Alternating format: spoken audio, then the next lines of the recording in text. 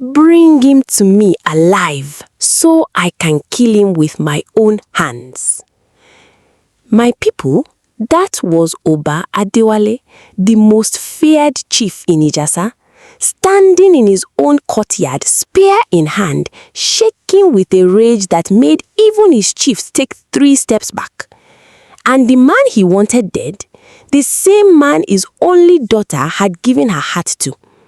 Sit well, because by the time I finish this story, you will understand that love does not ask permission from thrones. It started 3 moons before that courtyard scene, when Adeze, the chief's only daughter, slipped away from her attendants to walk by the river, as she often did when palace walls felt too tight for her spirit. That evening, she saw a hunter named Kanayo pulling a wounded antelope from a trap, whispering gentle apologies to the animal even as he prepared to end its suffering. She had never seen a man be that tender with something weaker than himself, and something in her chest shifted that she could not explain. Adeze was not just any woman. She was the whole heart of Oba Adewale, the only child from his most beloved wife, who had died giving birth to her. Because of this, her father guarded her like a man guards the last coal in a dying fire. Suitors came with kola nuts, with goats, with promises of gold, and he turned everyone away. "No man is enough for my daughter," he would say. And the elders nodded, because who argues with Oba Adewale?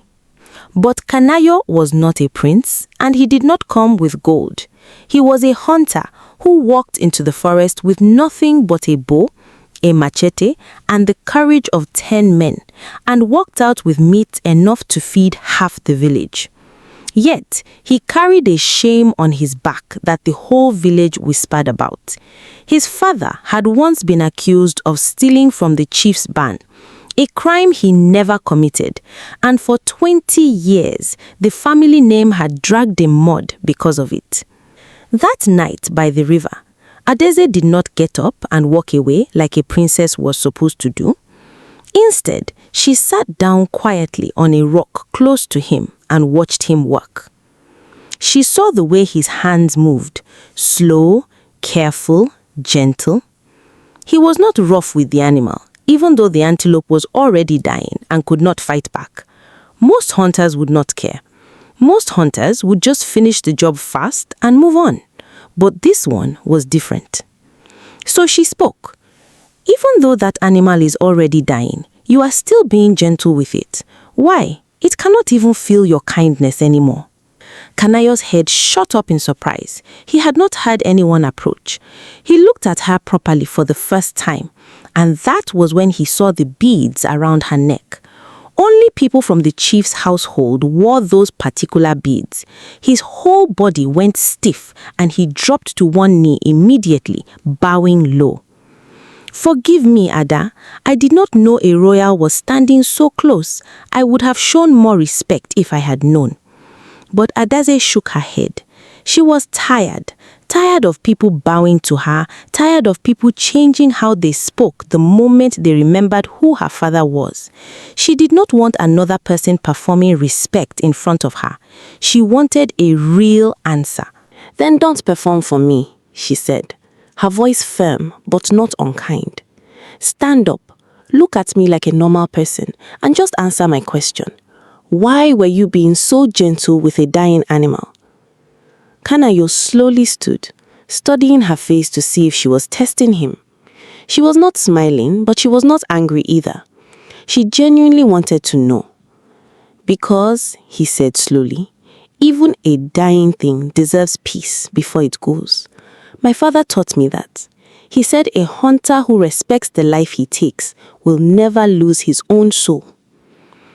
Adeze went quiet for a moment, turning his words over in her mind. She had never heard anyone speak like that before. Not the elders in her father's court, not the suitors who came bearing gifts and empty compliments. This hunter, with mud on his hands and sweat on his back, had just said something more meaningful than anything she had heard inside her father's golden palace walls.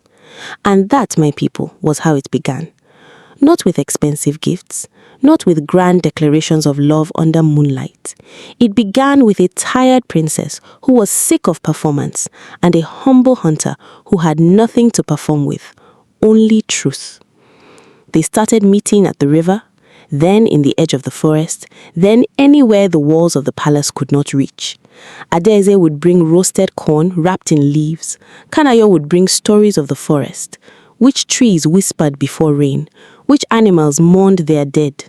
She laughed more in those stolen hours than she had in years inside her father's compound of gold and silence. But my people, secrets in a small kingdom are like smoke. You can hide the fire, but the smoke will still climb into the sky for everyone to see. It was Iyabo, one of the chief's most loyal attendants, who saw them first. Adaze's hand resting inside Kanayo's palm as they sat beneath the Udara tree. Iyabo did not confront them. She went straight to the chief because loyalty to Oba Adewale ran deeper than any kindness she might have owed the princess. That night, Oba Adewale summoned his daughter. He did not shout. He simply asked, "Is it true that you have been meeting the hunter's son by the river?" Adaze's silence was answer enough. Her father continued, his voice low and dangerous. "Do you know what that family did to this household?" Her father continued, his voice low and dangerous. "Do you know the shame his father brought to my name?" "He was innocent, father," Adaze said, finding her courage. "Everyone in this village knows the akara seller's brother was the real thief. You know it too." Oba Adewale's eyes turned to stone. "It does not matter what is true. What matters is what this family has cost me, and I will not let a hunter's son cost my daughter too." He forbade her from ever going near the river again. He doubled her attendants. He posted guards at the edge of the forest with clear instructions. If the hunter Kanayo was seen anywhere near the palace grounds, he was to be brought before the chief, dead or alive. But love, my people, does not obey guards. Adaze found a way.